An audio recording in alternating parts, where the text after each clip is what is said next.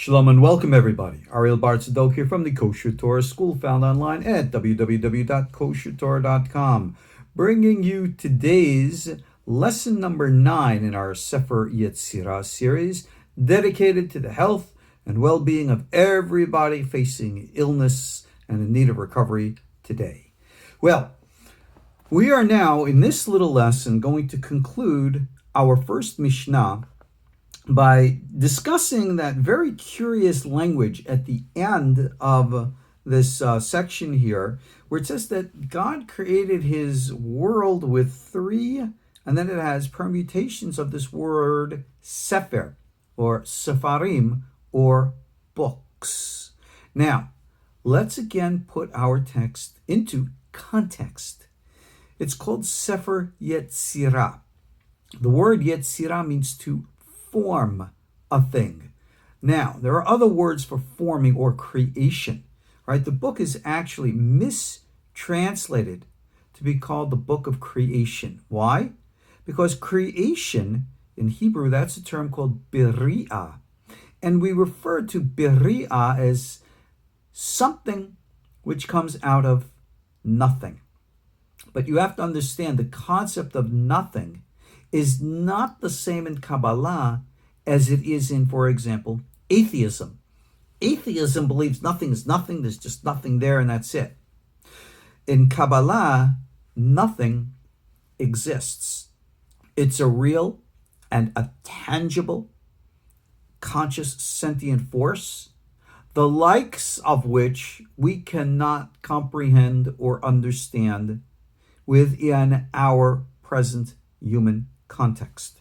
So for us, subjectively speaking, it is nothing.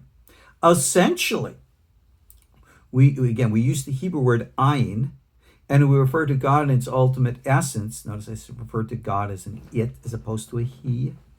We refer to God in its ultimate essence as ayin, which means nothing. So essentially, what is God? God is nothing. God is the nothing. So when something emanates from that level, we refer to it as nothing or ein, and from that comes forth everything that we know. And in light of modern science and our understanding of how our universe came into being, we said, remember, there's the Big Bang. Science will tell you everything started from that one moment and then poof, went out and expanded. Well, what was before that little poof moment? Some scientists are speculating before the Big Bang that there was another universe there. Well, cool and groovy. Where is it? What is it? How is it? No one seems to know. When you get into like string theory kind of stuff, they talk about them as like being membranes and the like. Well, that's actually rather Kabbalistic, because we do refer to these higher realms. That realm which is above ours, the realm which we call divine, or if you will, God, we call, in this case of our creation, the world of Biri'ah. Remember, in Kabbalah, there are 4 general dimensional planes. We call it the physical. For astral is the word we refer to as the spiritual. Then the mental, the cerebral, the realm of pure mind. And then above that, the realm of the ideal, or Atzilut, or the true or pure reality.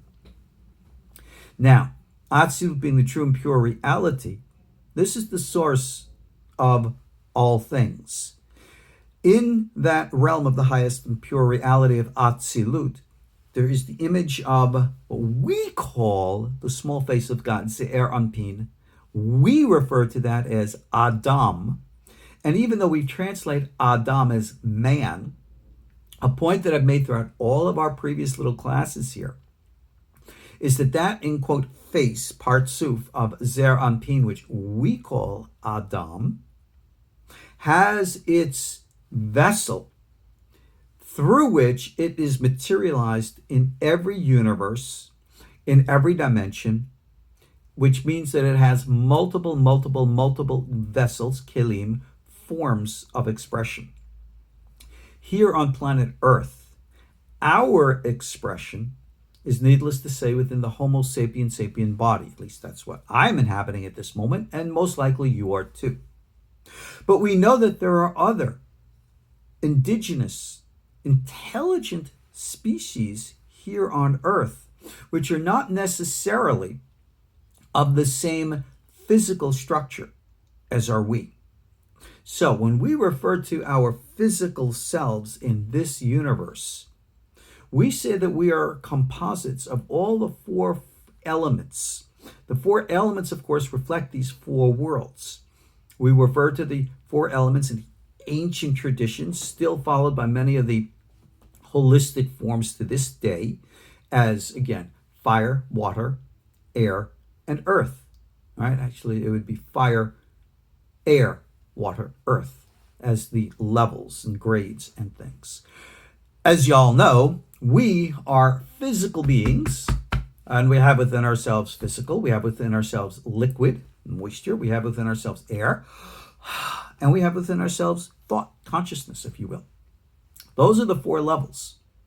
Well, we are taught that there are indigenous entities here on Earth which are not physical in this respect, which are not liquid in that respect, but exist only of the elements of air and what we call fire.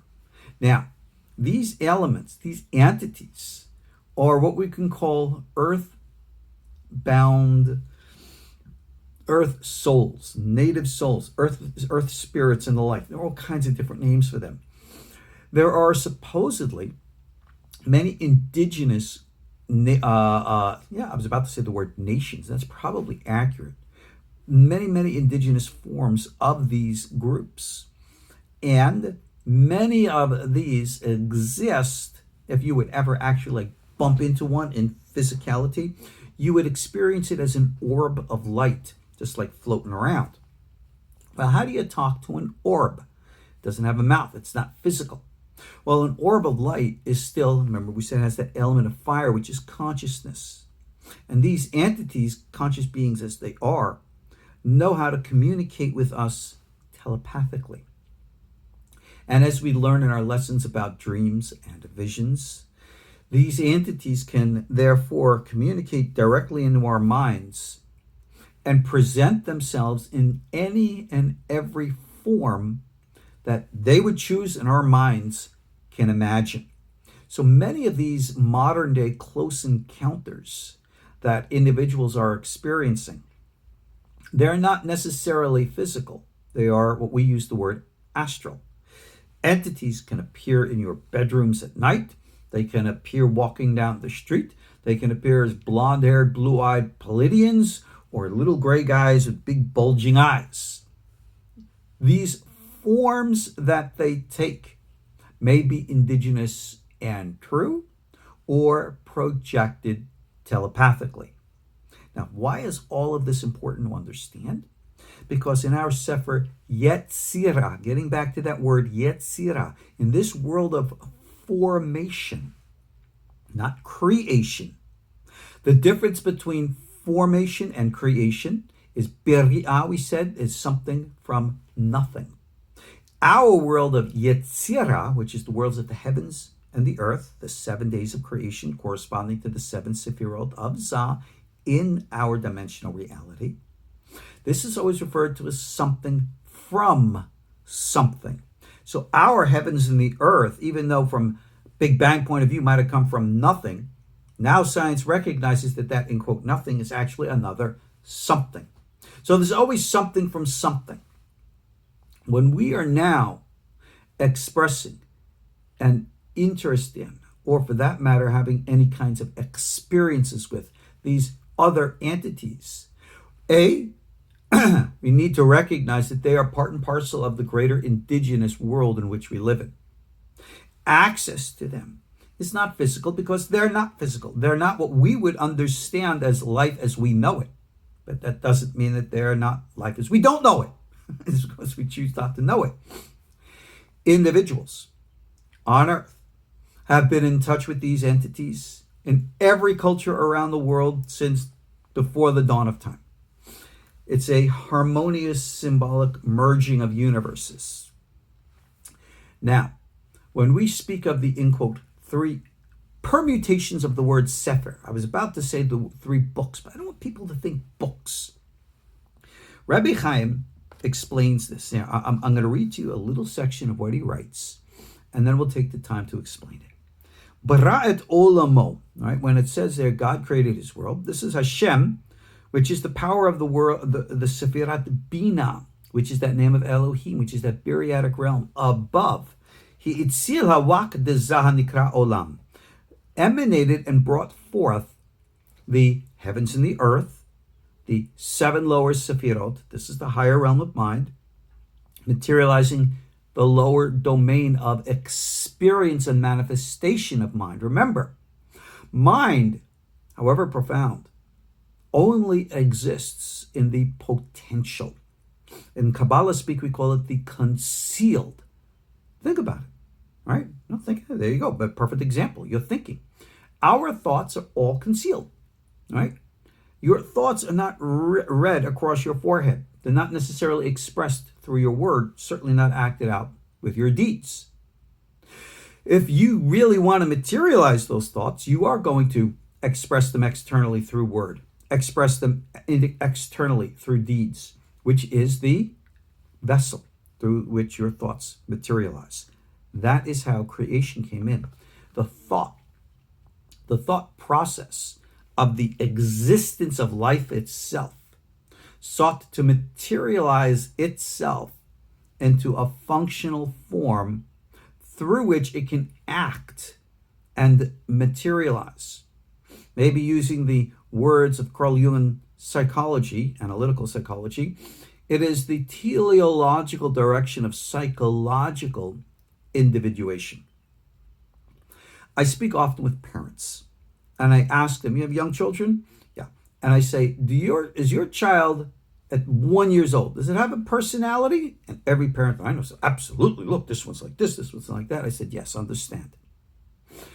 We have what's called a pre-incarnate soul, consciousness. We come to this world for a reason and a purpose.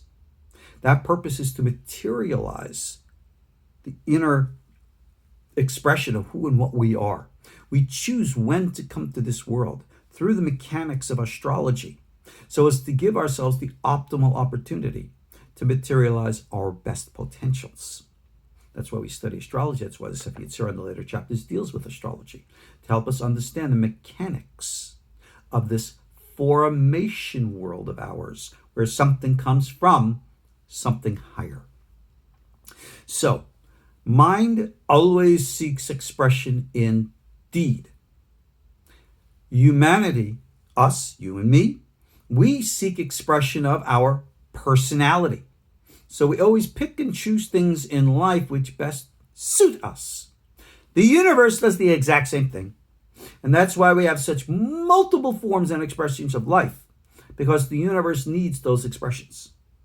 And that's why when we do make contact in any overt way, we're going to find that those entities out there are not so different from us in any size, shape, or form. So bringing forth all the realms brings into materialization the world of Biri'ah, Yetzirah, and Asiyah, which are the 3 vessels, if you will, of the ideal world called Atzilut. The ideal, how do I materialize the ideal? The ideal is my imagination. It's my lofty thoughts. Well, the first thing I have to do is make it practical. Thought, Biri'ah. Then I got to be really emotionally charged to motivate my actions, Yetzirah. And then I got to do it, Asiyah. So, 3 worlds, 3 levels, 3 books or permutations of the word. Sefer, Sapar, Sipur. The first is the book. The book is the written word.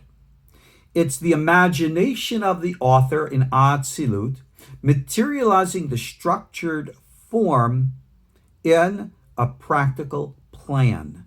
Biri'ah, the book. But having the practical plan written down don't mean a darn thing. Because what do you need with or along with the book? Obviously, the reader. So what does a reader do? She reads the book. Now, have you ever read a book, a novel, or something to someone else? You will always add inflection. You will always make it emotional. Very popular today, of course, are audio books. I listen to them all the time when I'm driving in the vehicle. And it's a very, very successful way of using time to receive information and, of course, education and even entertainment. When someone is reading the book, they have such inflections. Now, they can just read in a monotone voice and put you to sleep in 30 seconds, which is very dangerous behind the wheel. Or they're going to read to you and tell you and speak to you with all kinds of emotion inflections that keep you interested. That's the emotions. So, along with the book, you have the reader who brings the book to life. And he is called the sapar, the storyteller, the one who reads and brings the blank or dead words of the page alive. And that is Yetzirah. And then finally, Asya, the world of doing. What's left? Well, what happens when you combine the book with the reader? You have what's read, or the story, the acting out, the materialization. So the book is the words on the page.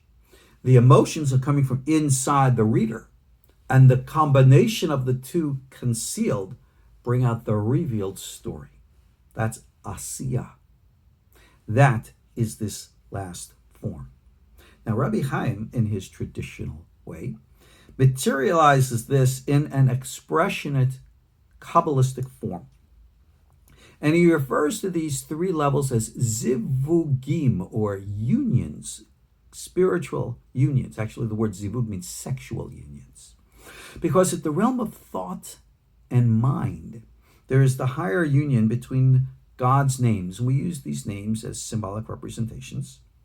At the realm of will, we materialize Yud Ke Vav Ke, which is the materialization, that form of God in creation, with the highest potential before manifestation, called the name Ehyeh.